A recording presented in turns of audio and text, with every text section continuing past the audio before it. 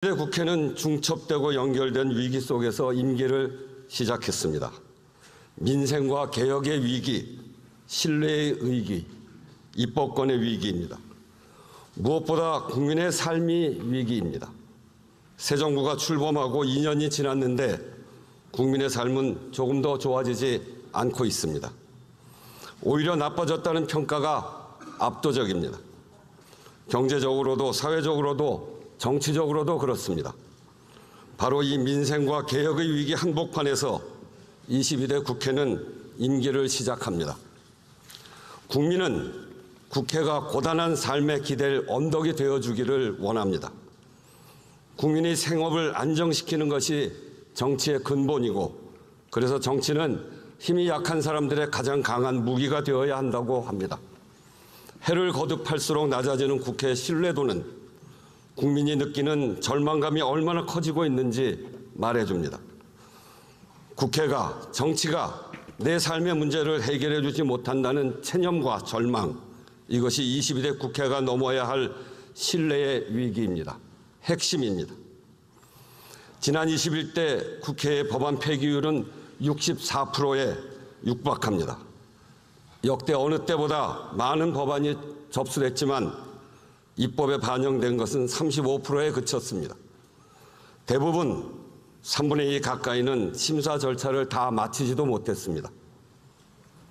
여기에 더해 국회 본회의를 통과한 법률안에 대해 대통령이 제2요구권을 행사하는 경우가 14건이 있었습니다.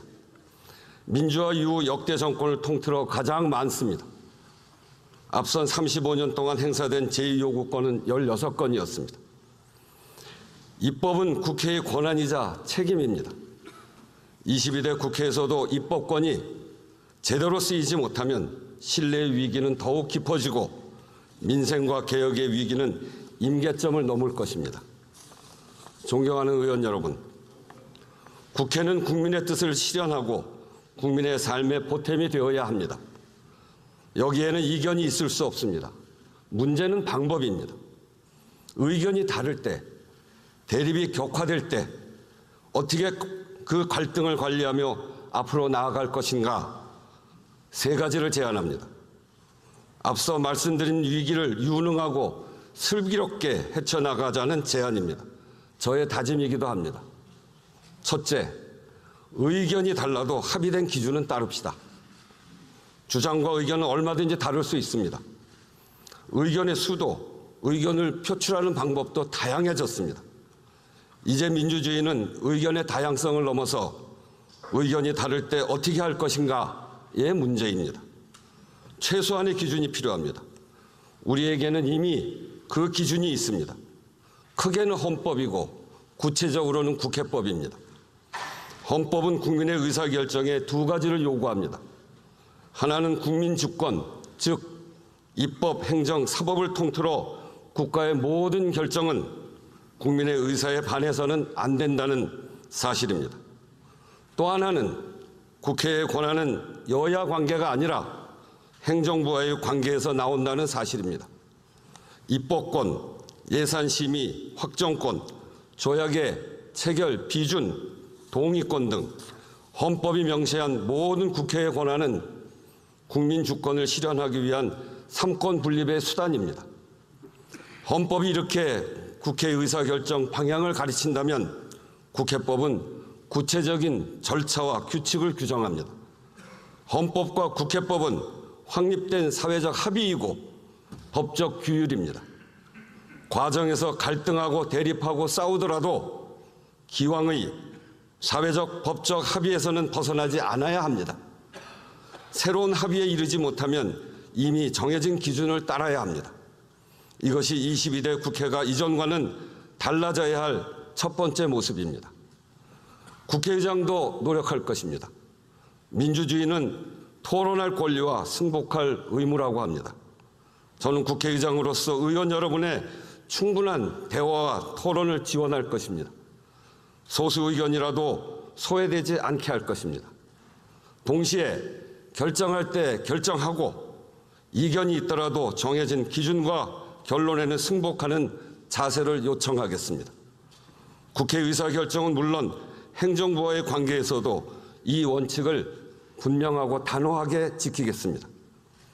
둘째, 의정활동의 현장성을 높입시다.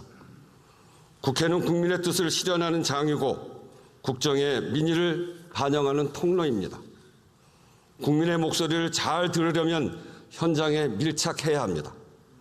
동네 골목과 시장, 우리 사회의 을들의 터전에서부터 세계와 경쟁하는 첨단 기술 현장까지 민심은 국민의 삶의 현장에 있습니다.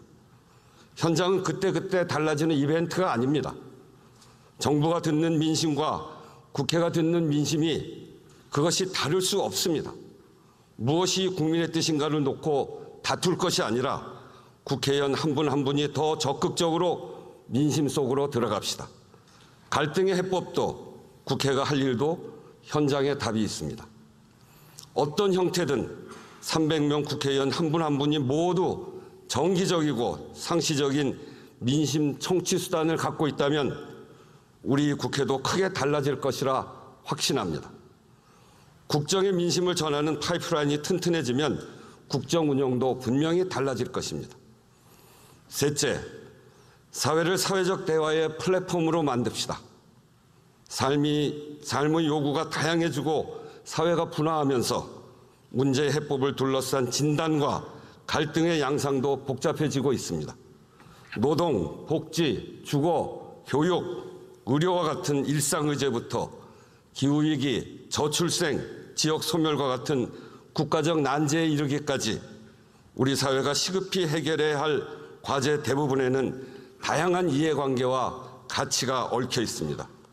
각자 진단하고 각자가 해법을 주장해서는 그것이 제자리 걸음에 머물 가능성이 큽니다. 사회적 논의와 합의가 필수적이고 절실합니다. 특정 부분 영역의 노력만으로 극복하기 어려운 문제일수록 사회적 대화를 지속시키고 신뢰를 구축해내는 역량이 필요합니다. 그 역할을 국회가 할 때입니다. 국회가 나서서 사회 각 부문이 참여하는 대화의 장을 만들고 정례화, 제도화해 나갑시다.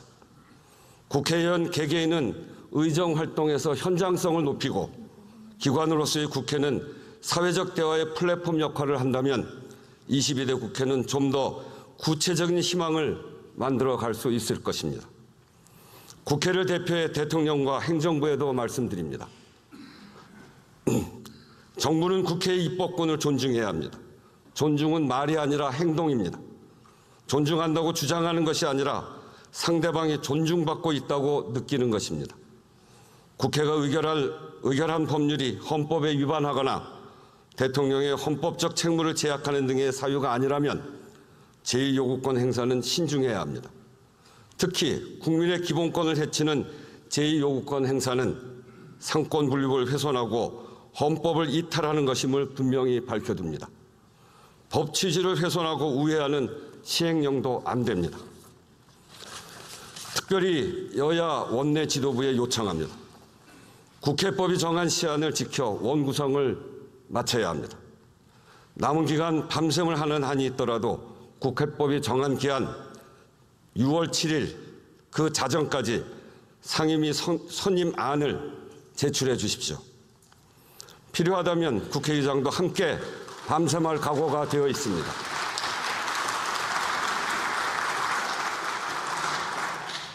의원님들 특히 지역구를 둔 의원들께서 매일매일 느끼실 겁니다. 동네마다 문 닫는 상점, 텅 빈 가게가 어느 때보다 많습니다. 정말 가슴이 찢어집니다. 아찔한 물가의 장바구니는 또 얼마나 가벼워졌습니까? 점심값과 교통비라도 아끼려는 직장인들의 분투 또 어떻습니까? 말 그대로 민생 대란, 국회가 할 일이 태산입니다. 군사적 긴장이 높아진 한반도 상황도 시급합니다. 개원을 늦춰서도 안 됩니다. 원구성 그야말로 국회가 일할 준비를 하는 것입니다. 준비를 이유로 정작 일할 시간을 까먹는다면 그 준비는 누구를 위한 것이고 무엇을 위해 하는 것입니까? 국민의 물음에 답할 길이 없습니다. 오늘 본회의가 끝나는 대로 교섭단체 대표와 회담하겠습니다. 개원은 국회의 의무이고 국민에 대한 도리입니다. 무슨 일이 있어도 국민에 대한 의무와 도리는 다한다는 결기가 필요합니다. 국민의 관점에서 용기와 결단을 요청합니다. 존경하는 국민 여러분, 의원 여러분, 국회의장은 국회를 대표합니다. 누구의 편도 아닌 국민의 편입니다. 국민의 삶의 현장에서 국민과 손잡는 국회, 제가 바라고 꿈꿔온 국회의 모습입니다. 국민의 삶에 도움이 되고 국민의 권리를 향상하는 일, 현장에서 배우고 현장에서 해법을 찾는 일, 제 개인적으로는 학생 시절부터 평생을 추구해온 삶의 방향이자 가치이기도 합니다. 제가 살아온 시간이 무거운 책임감이라는 사실을 잊지 않을 것입니다. 국민의 삶 가까이 있는 국회, 국민이 기댈 수 있는 국회를 만들기 위해 저는 매일 매순간 최선의 노력을 다할 것입니다. 좌도 우도 아닌 국민 속으로 가야 합니다. 국회 담장을 뛰어넘어 국민 속으로 가야 합니다. 동료 의원님들과 함께 국민 속에서 국민과 손잡는 국회를 만들기 위해 제 모든 것을 바치겠습니다. 감사합니다. 잠시 주목해 주시길 바랍니다. 구독자분들에게 특별 선물을 준비했는데요. 제가 항상 여러분께 강조드리는 말씀이 있습니다. 이슈와 뉴스만 꾸준히 챙겨보셔도 충분히 돈을 벌 수 있다고 말씀드리는데요. 여기 보이시는 채널 영상을 보시면 어떤 생각이 드시나요? 그냥 눈에 보이시는 뉴스 영상만 보시고 아무 생각이 없으신가요? 그렇다면 저는 잘못된 것이라고 말씀드리고 싶습니다. 그 이유 무엇이냐면 제가 8월 초에 뭐라고 말씀드렸나요? 지금은 바이오에 관심을 가져야 한다라고 뉴스만 보고 넘기지 마시고 투자를 직접적으로 생각해봐야 한다고 말씀드렸는데요. 이런 썸네일들과 영상을 통해서 충분히 구독자님들께도 전달이 됐을 겁니다. 이런 바이오 이슈가 되었을 때 부자들은 어떻게 생각할까요? 바이오 관련주는 무엇이 있는지, 어떤 종목이 가장 좋을지, 어디에 투자해야 돈이 몰릴 수 있는지 자연스럽게 생각한다고 말씀드렸습니다. 지난번에 구독자분들과 함께하는 주식으로 수익 내기를 진행했었는데 100% 무료로 진행을 했고, 사진을 보시면 아시겠지만 구독이라는 문자 메시지를 남겨주신 모든 시청자분들께 이렇게 바이오 관련주 중에 가장 급등할 확률이 높은 딱 한 종목을 드렸습니다. 8월 13일에 우정바이오를 추천드렸습니다.